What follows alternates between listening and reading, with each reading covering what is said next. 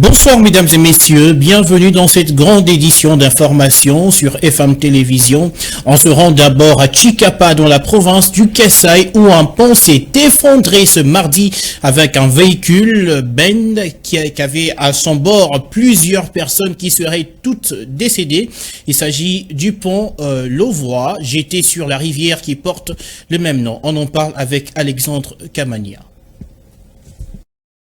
Selon le témoin oculaire du drame, c'est le débordement du tonnage d'un véhicule BEM de la société Bastard du député Laurent Batoumona, actuel directeur général de la Direction générale des recettes publiques, qui a causé cet incident. Il y avait à son bord 100 sacs de ciment, barres de fer, un chauffeur, une administratrice de l'heure de santé de Njinji, des enfants, des convoyeurs et quelques produits pharmaceutiques. D'après le chef de secteur des Kapende, toutes ces personnes sont mortes étant donné que le pont a été jeté sur une chute et déplore tout de même les comportements des agents de service de sécurité qui se livrent à la corruption. Il faut signaler que ce pont réunissait la nationale numéro 1 qui mène vers Kinshasa.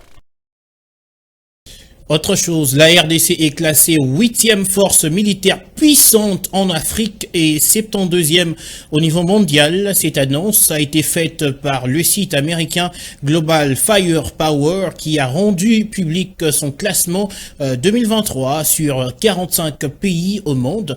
Sur quel fait justement s'est basé ce site pour octroyer à la RDC ces places? Les réponses, c'est avec Ania Collet. La nation détient un score de 1,3055, un score de 0,000 est considéré comme parfait. La République démocratique du Congo, qui occupait la 76e place sur le rang mondial en 2021, a donc progressé des 4 places en 2023. Au niveau africain, la RDC occupe la 8e place sur 37 pays répertoriés. La RDC, qui occupait la 11e place en 2022, a gagné 3 places en 2023. L'Égypte reste la première puissance militaire africaine. Ces pays d'Afrique du Nord occupent le 14e rang à l'échelle mondiale sur un total de 145 pays étudiés avec un score de 0,2224 points d'après les classements qui se basent sur 60 critères dont le nombre de militaires actifs, la force navale, la disponibilité du carburant pour les opérations militaires, le nombre d'avions de chasse, les budgets consacrés à la défense et à la flexibilité logistique.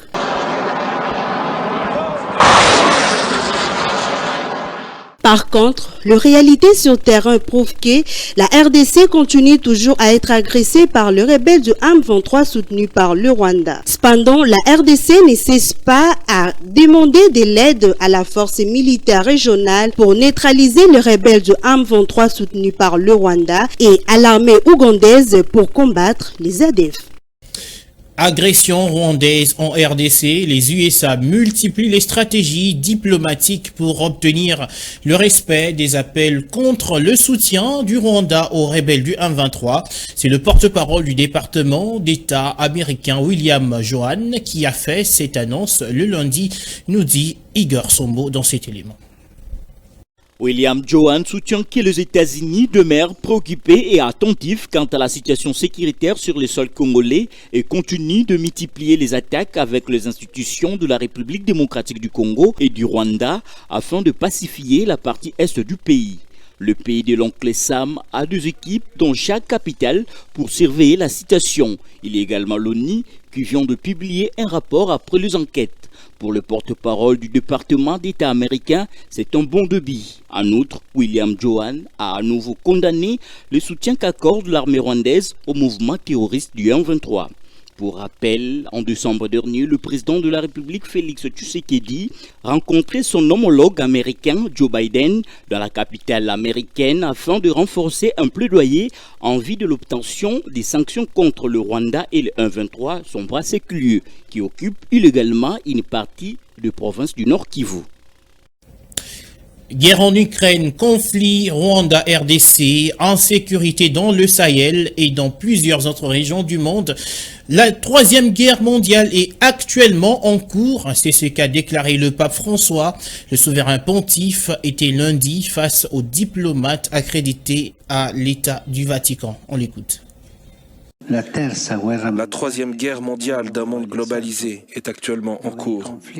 Les conflits ne touchent directement que certaines zones de la planète, mais ils impliquent en substance le monde entier.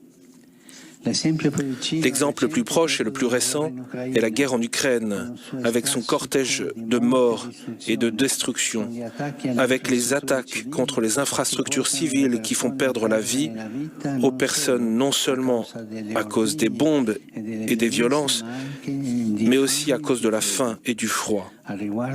À cet égard, la Constitution conciliaire Gaudium et Spes affirme que tout acte de guerre qui tend indistinctement à la destruction de villes entières ou de vastes régions avec leurs habitants est un crime contre Dieu et contre l'homme lui-même, qui doit être condamné fermement et sans hésitation. N'oublions pas non plus que la guerre touche particulièrement les personnes les plus fragiles, enfants, personnes âgées, handicapées, et elle déchire les familles de manière indélébile. Je ne peux que renouveler aujourd'hui mon appel à la fin immédiate de ce conflit insensé, dont les effets touchent des régions entières, même en dehors de l'Europe, en raison de ses répercussions en matière d'énergie et dans le domaine de la production alimentaire, notamment en Afrique et au Moyen-Orient.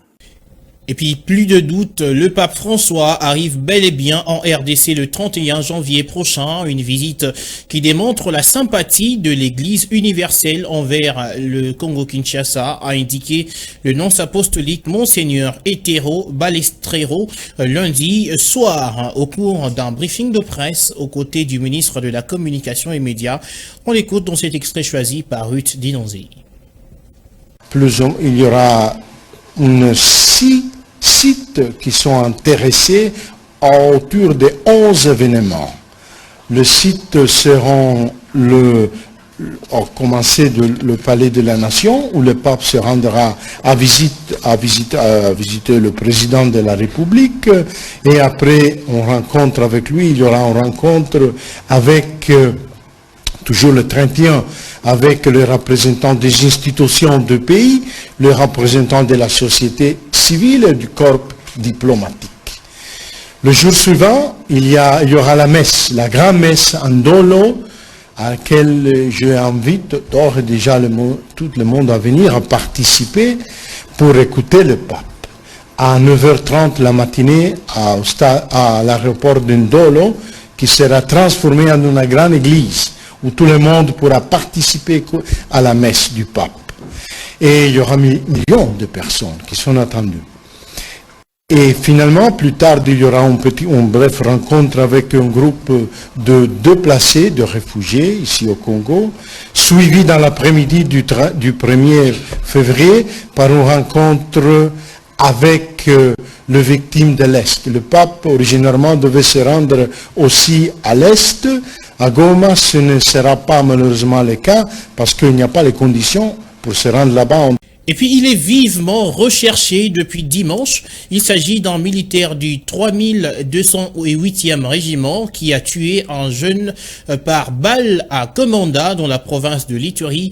Un cas qui s'ajoute sur une longue liste de tueries orchestrées par des hommes en uniforme depuis le début de l'état de siège. Annie Akole.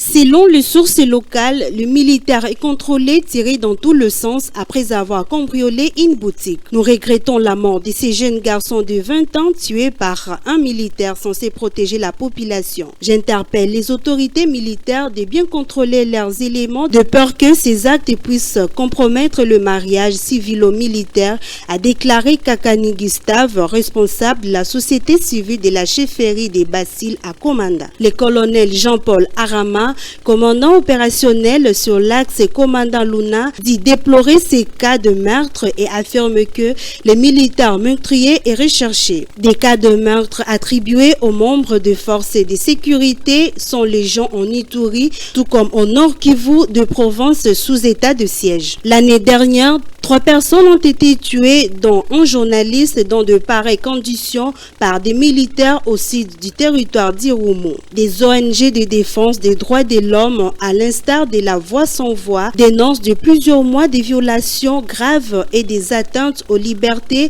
dans ces 2 provinces et demandent la levée de cette mesure exceptionnelle dont la durée n'était que de 3 mois à dater du 6 mai 2021. Ils avaient tué un homme d'affaires chinois le 31 décembre dernier dans la province du Lualaba. 3 criminels chinois et un Congolais ont été arrêtés lundi avec une très grande somme d'argent et leurs armes avant d'être présentés à l'autorité provinciale. On écoute tour à tour le commandant de la 32e région militaire, le général-major Smith Gianga, et la gouverneure du Lualaba, Fifi Masuka. C'est la sécurité des personnes et de leurs biens qui nous préoccupe. Parce que la paix est notre cheval de bataille. Mais nous savons aussi que cela constitue la priorité majeure de l'autorité provinciale du Lualaba, son Excellence, Madame Fifi Masuka. Excellence, grâce à la vigilance et la lucidité en renseignement de nos services de renseignement ont mis la main sur les bourreaux criminels et leurs armes létales, 4 pistolets au total que vous voyez là-bas, récupérés entre les mains de ces présumés criminels.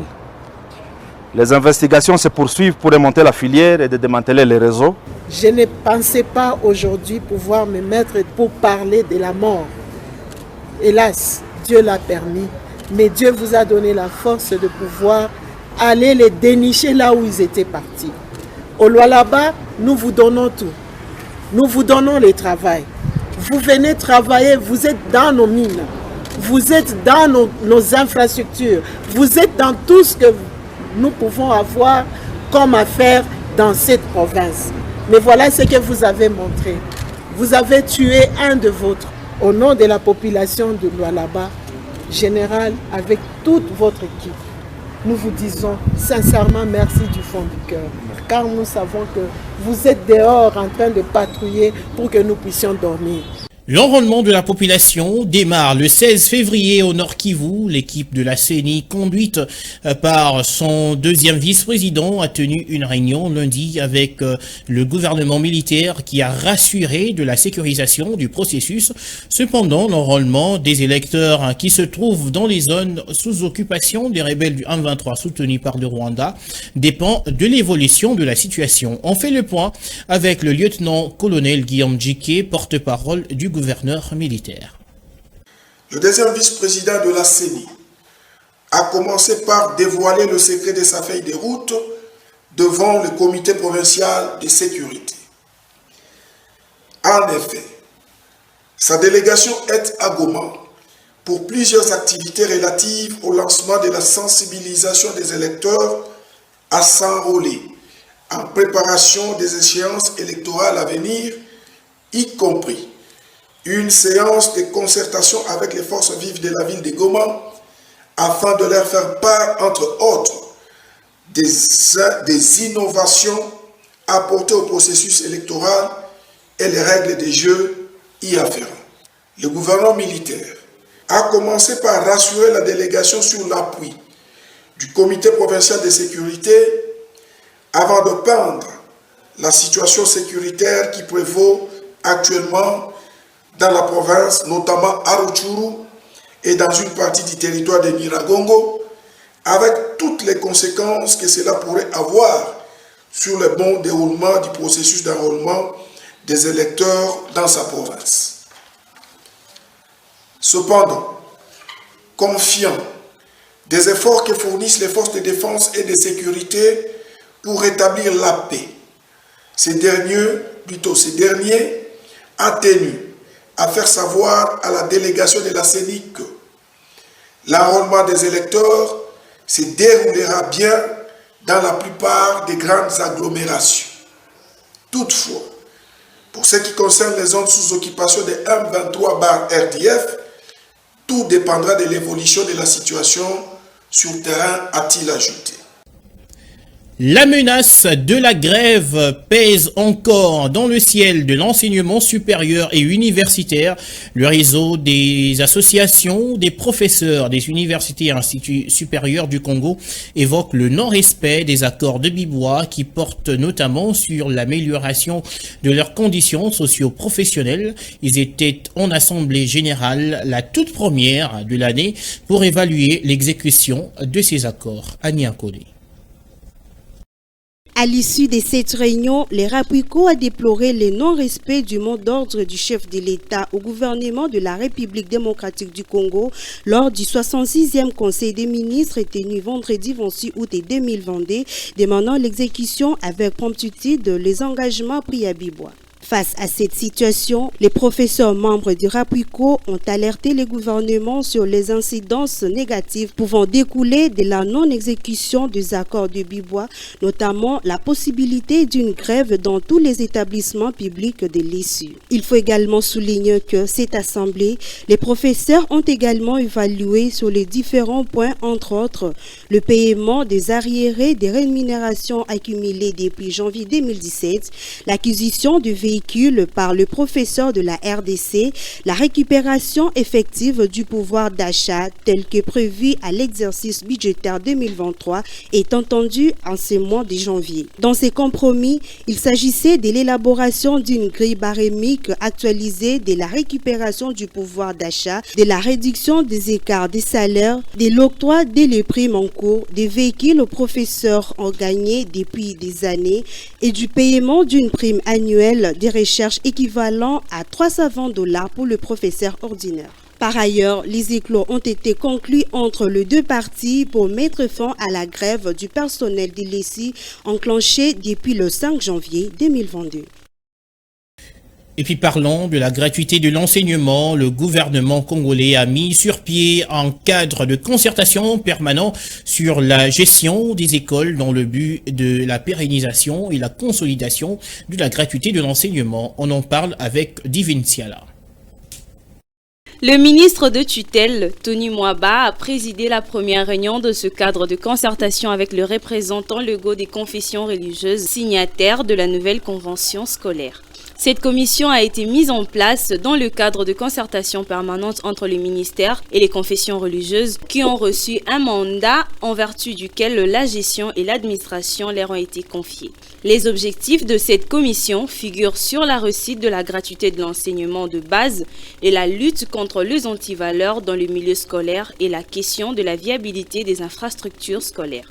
Le révérend Israël, représentant légal des églises de Réveil du Congo et président des confessions religieuses du Congo, a sollicité l'instauration d'une journée d'audience particulière. Rappelons que les différentes confessions religieuses ont signé tour à tour la nouvelle convention scolaire qui lie l'État et l'Église dans la gestion des écoles pour clarifier la question de la gratuité. En santé, la rougeole avait frappé fort en province l'année dernière. C'est le cas du Kasaï oriental qui a recensé à lui seul plus de 12 000 cas, dont 109 décès. On fait le point avec Annie Ankode. Cette épidémie touche à ce jour du 7 zones de santé qui composent cette province située au centre de la République démocratique du Congo. C'est ce qu'a fait savoir le chef de la division provinciale de la santé, le docteur Nestor Chitekou, ce mardi 10 janvier à une source locale. Il indiquait que cette épidémie touche principalement les enfants dont la tranche d'âge varie entre 0 et 5 ans. C'est depuis le mois de février de l'année dernière que la maladie a été déclarée. L'on a enregistré plus de 12 000 cas de rougeole, dont 109 décès. Toutes les zones de santé sont touchées par cette épidémie et pour la plupart, ce sont les enfants de moins de 59 mois, a déclaré le docteur Nestor Chitekou. Le chef de la division provinciale des santé affirme que la couverture de vaccination de routine jusqu'à 90% n'a pas été atteinte faute de moyens et intrants qui manquent jusqu'à ce jour. Pour le moment, même dans les zones de santé où nous avions avons eu à vacciner, la maladie est revenue avec force. Jusque-là, nous n'avons pas reçu de vaccins pour assurer la prise en charge afin d'organiser une campagne de vaccination sur l'ensemble de la province, a-t-il ajouté. L'épidémie de rougeole a refait surface dans la province du Kasaï oriental, précisément au territoire de Miabi en février 2022 dernier. Et puis du sport, avant de terminer ce journal, les léopards locaux de la RDC se sont inclinés face aux aigles du Mali sur le score de 0-1 en termes du dernier match amical en préparatif du 7e championnat d'Afrique des Nations Algérie 2023 qui débute ce vendredi 13 janvier. Pour son premier, la RDC affrontera l'Ouganda à l'occasion de la première journée de la phase de poule. Et voilà, mesdames et messieurs, c'est la fin de cette édition d'information. Merci à tous de nous avoir suivis.